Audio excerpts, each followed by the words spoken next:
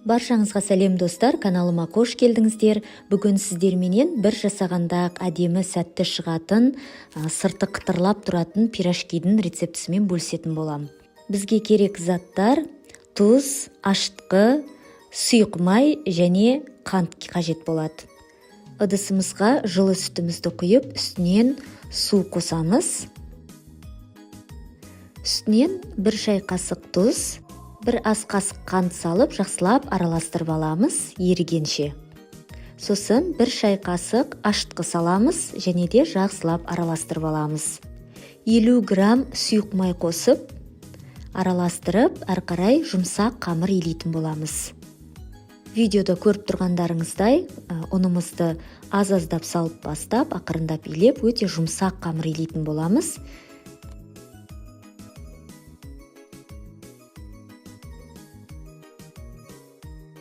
Иленген қамырымыздың бетіне кішкене сұйық май қосып жіберіп, жақсылап тағы да илеп қолмен жұмыс жасап жібереміз. Сонымен бетін жауып, жылы жерге 1-2 сағатқа қойып қоямыз.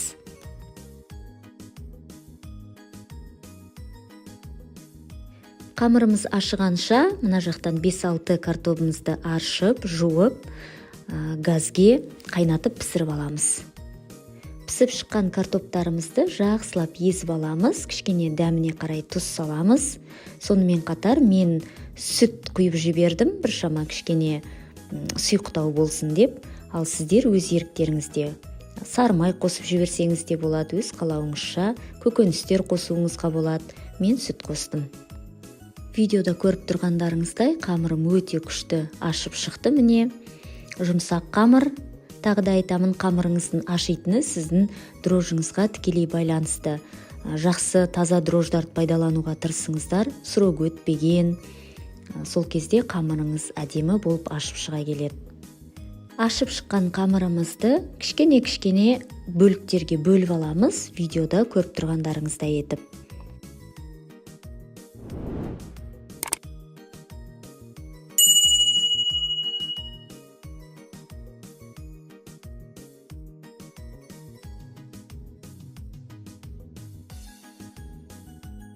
Кішкене бөлікті қамырларымызды біртіндеп енді жайып шығамыз.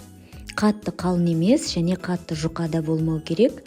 Оқтаудың көмегімен немесе қолыңыздың көмегімен жайсаңыз да болады, себебі қамырымыз өте жұмсақ. Дайындаған салмамызды осылай қамырымыздың ішіне салып, шымшылап жабыстырып шығамыз, жақсылап, және де жабыстырылған бетін астына қарай қаратып қоямыз. Осылай түйіп шығамыз барлығын.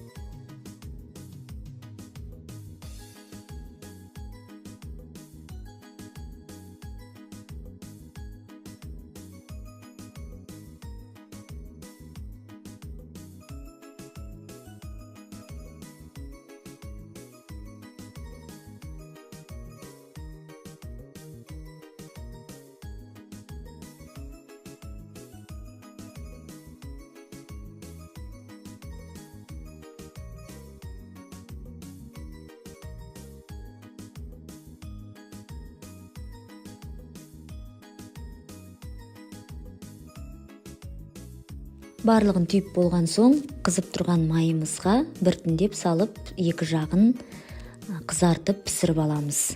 Баяу отта пісіреміз, себебі қамырымыздың арасы піспей қалуы мүмкін. Сол себепті өте баяу отта ақырындап қызарғанша екі жағын аудара отырып пісіріп аламыз. Барлығын осылай біртіндеп пісіріп аламыз. Достар, каналға тіркеліп, үліпіл басып, пікір қалдырып, қолдап кетсеңіздер, қазақша каналдың дамуына үлесіңізді қосыңыз. Алдағы уақытта бұдан да күшті рецепттермен бөлісетін болам сіздерменен.